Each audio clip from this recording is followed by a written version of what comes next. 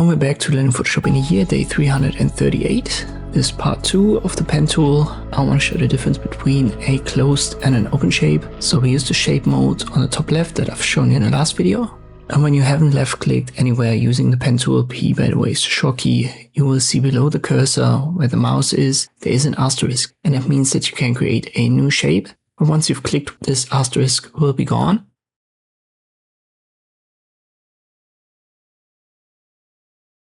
And continue the line here, and if I hover over the start point, we're going to have a little circle instead of the asterisk. The circle always indicates that you can close a shape, and the asterisk, as I've said, indicates that you can create a new one.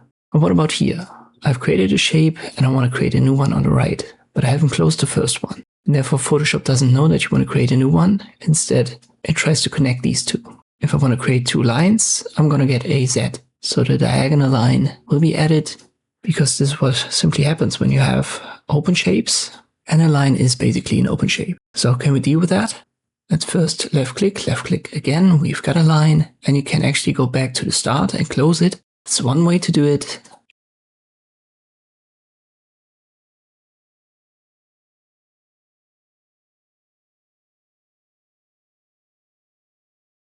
But the easier way is to just press enter. So when you've created two nodes here, so start and end point, you've got a line, confirm via enter, and then you can actually see the asterisk again below the pen tool icon.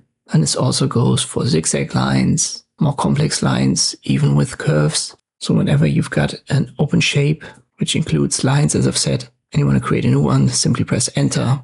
And then you should see the asterisk again, which indicates that you can create a new shape.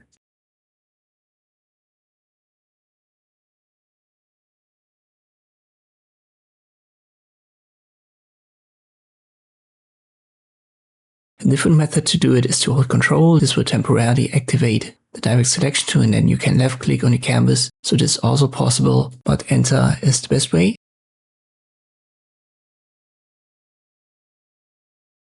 Just to recap, create closed shapes. You should see the circle under the pen icon when you hover to the start point.